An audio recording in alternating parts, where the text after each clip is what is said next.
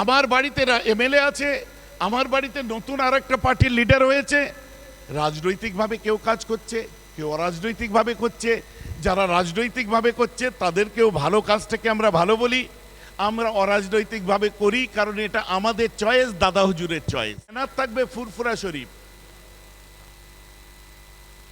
ফুরফুরা শরীফের মধ্যে টিএমসি আছে, ফুরফুরা শরীফের মধ্যে সিপিএম আছে, ফুরফুরায় কংগ্রেস আছে, ফুরফুরায় আইএসএফ আছে। কিন্তু ফুরফুরা কি আইএসএফের? ফুরফুরা কি টিএমসির? ফুরফুরা কি কংগ্রেসের? ফুরফুরা কি সিপিএমের? ফুরফুরা দাদা হুজুরের, বঙ্গপুত্র আবু বকরের। এটা আপনাদের মানতেই হবে। আপনি যদি লজিক্যালি আমার সঙ্গে তর্ক করেন, আপনি পেরে উঠবেন না। আমার কোনো ভাইয়ের সাথে আমার দ্বন্দ্ব নেই, সবার সঙ্গে মধুর সম্পর্ক। যারা দরবারে উঠা বসা করেন সব রকম ভাইদেরকে আলহামদুলিল্লাহ এই এই আপনাদের ভাইয়ের দরবারে আপনারা দেখতে পান। আমার পরিষ্কার পরিচ্ছন্ন সাদা কাঁচের গ্লাসে সাদা পানি পান করো। এই যে তরজা চলছে, এইসব তরজাকে আমাদের খারাপ লাগে। আপনার নওশাদ বলুক, কাসেম বলুক, আমাদের বলতে ইচ্ছা করে না, কিন্তু এন্ড অফ দ্য টাইম রাত্রে যখন বালিশে মাথা দিয়ে শোন, কোথায় যেন একটা খটকা লেগে থাকে। এমনটা না হলেই বোধহয় হতো, এটা না হলেই বোধহয় হতো।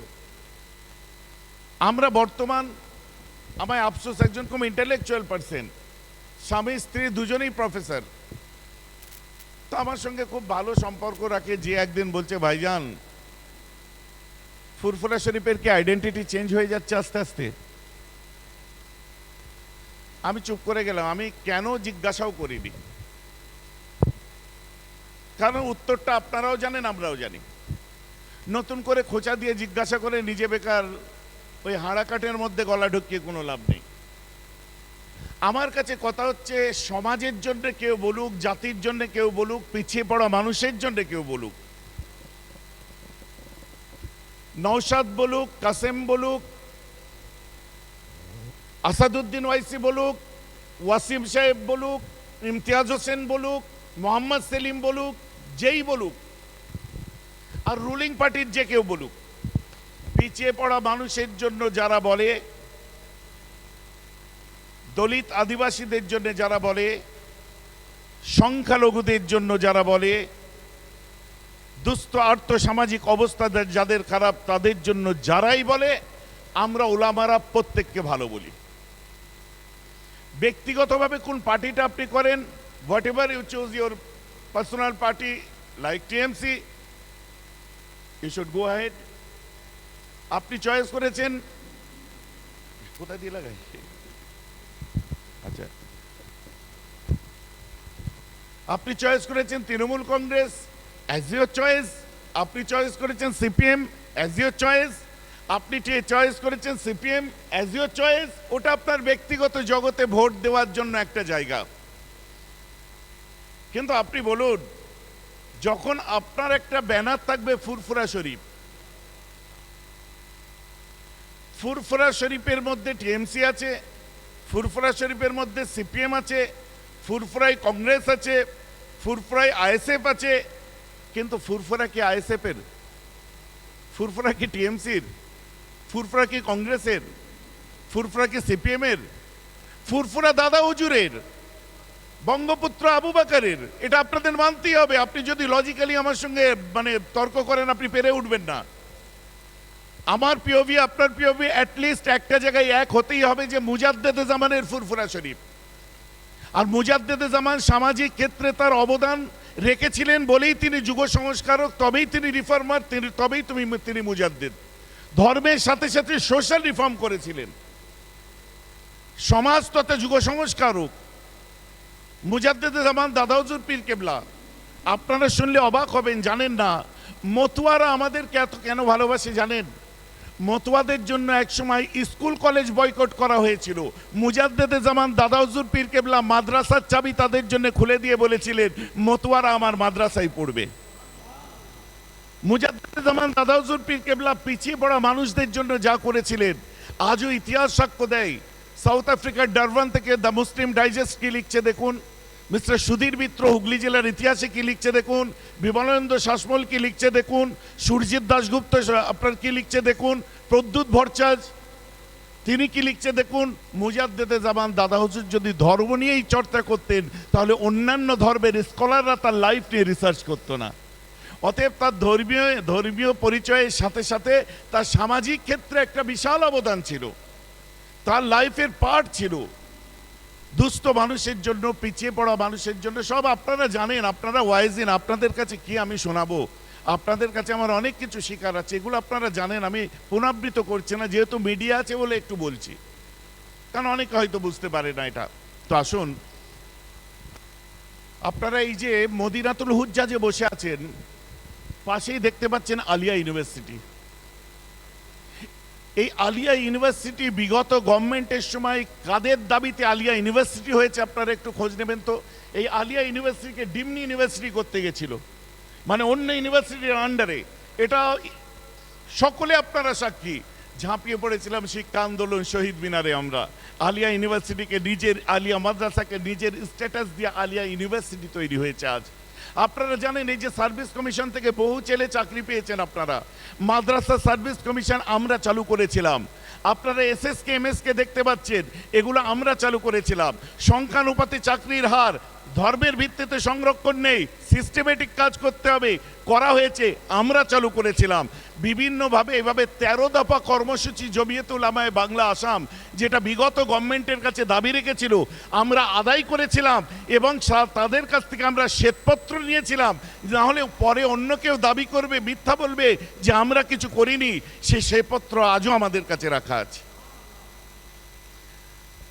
বাকি রইল অরাজনৈতিকভাবে করা আমাদের স্টাইল। দেখতে পাচ্ছেন ওয়াকফ নিয়ে আন্দোলন অরাজনৈতিকভাবে করা আমাদের স্টাইল।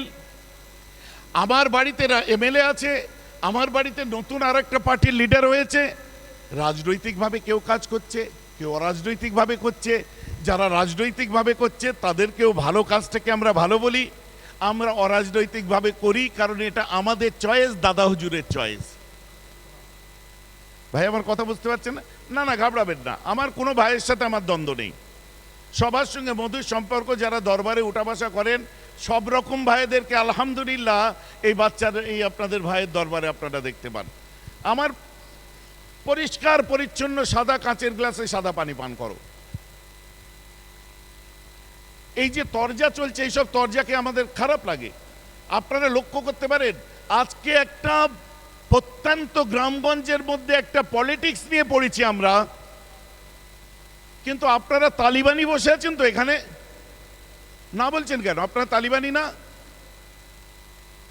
আপনারা ব্যাড তালিবান গুড তালিবান না? আপনারা ব্যাড টেরিস্ট গুড টেরিস্ট নয়? আপনারা খারাপ সন্ত্রাস ভালো সন্ত্রাস নয়? ইয়েস কারেক্ট, আমরা তালিবানি নয়, আমরা ব্যাড টেরিস্ট গুড টেরিস্টের দলের নয়, আমরা গুড তালিবান ব্যাড তালিবানের দলের নয়। আমাদের দেশের প্রধানমন্ত্রী যে স্টেটমেন্ট দিয়েছিলেন, ভাইও বহনों मेरे दोस्तों मेरे देशवासियों, ये गुड तालिबान बैड तालिबान नहीं चलेगा, गुड टेररिस्ट बैड टेररिस्ट नहीं चलेगा। यूपी मुख्यमंत्री की बोलो, हम लोग मानवता के साथ हैं, मानवता के खिलाफ ये तालिबानी है, तालिबानी के साथ जो है वो मानवता के विरोध है।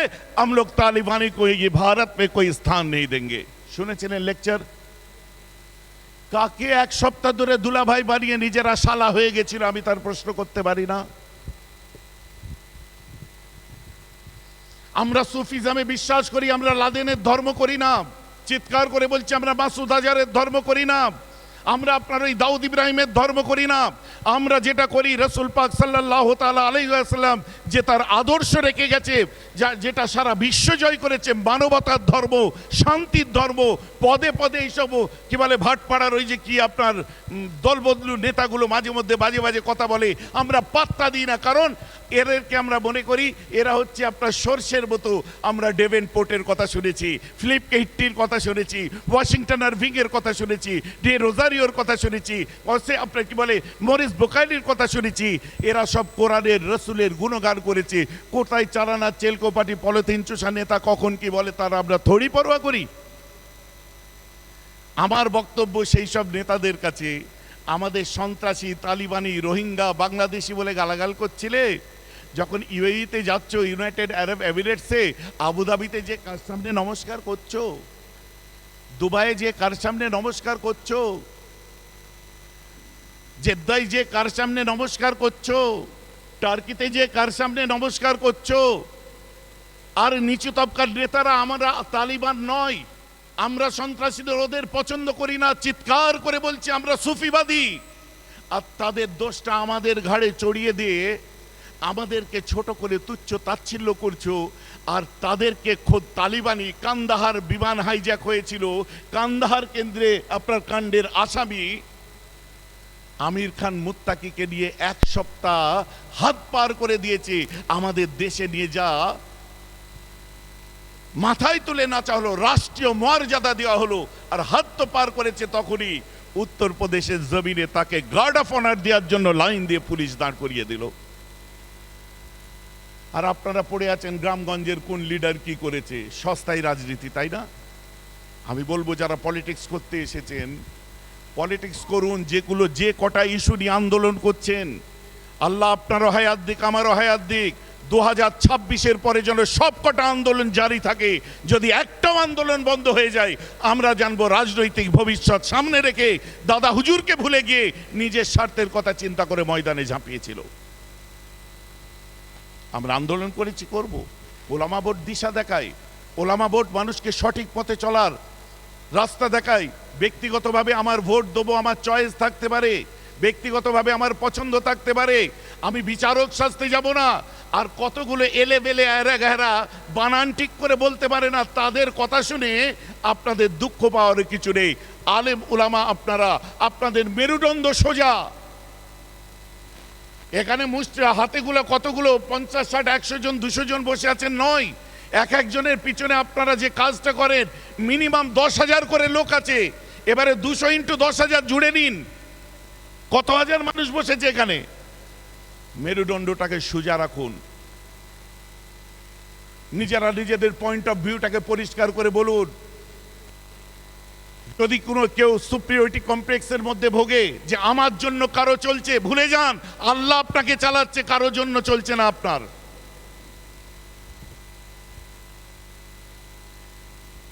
সমাজের জন্য বলুন, ভালো কথা বলুন, পাশে থাকবো, কাছে থাকবো। কিন্তু মুজাদ্দেদে জামান ফুরফুরা শরীফের একটা বিশেষত্ব আদ-দাঈউ ইলাল ইসলাম, ধর্মের পথে মানুষকে নিয়ে আসা। একটা মানুষের চাকরি নেই বলুন, কাজ নেই বলুন, পিছিয়ে পড়া মানুষের জন্য বলুন, কিন্তু যখন সে মানুষটা মরবে, মরার সময় যে কবরে যাবে, দাদা হুজুরের স্পেশালিটি যেমন সামাজিক ক্ষেত্রে একটা আছে, তেমন উল্টো দিকে তার উলামাদেরকে দিয়ে তিনি ওই কাজ করেছিলেন। তরিকা তাসাউফের ইবাদতের শিক্ষা দিয়েছিলেন, ভালো কাজের শিক্ষা দিয়েছে, যাতে কবরে ইমানের সাথে মুখ দেখাতে পারি। দাদা হুজুরের স্পেশালিটি কিন্তু এগুলোই, আমাদের ভুলে গেলে চলবে না। ফুরফুরা শরীফের আইডেন্টিটি রাজনীতি নয়। ফুরফুরা শরীফের আইডেন্টিটি হচ্ছে আদ-দাঈউ ইলাল ইসলাম। আপনাকে ধর্মের পথে মানুষকে নিয়ে আসার জন্য দাদা হুজুর স্পেশাল ছিলেন, বিখ্যাত ছিলেন, সমাজ সংস্কারের ক্ষেত্রে বিখ্যাত ছিলেন। আমরা সবাইকে ভালোবাসবো, সবার জন্য বলবো, ভালোটাকে ভালো বলবো, কিন্তু দাদা হুজুর কেবলার নীতিকে সামনে রেখে বলবো। দাদা হুজুরের নীতির মধ্যে কি পড়ে?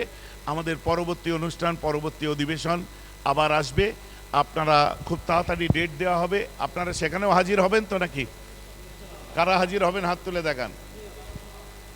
বাস, আপনারা হাজির হবেন তো? হাত নামিয়ে নিন। বাকি পরের কথাটা পরের দিনের জন্য রইল। এখন আমরা আজ একটা ওঁত নিয়ে যাই।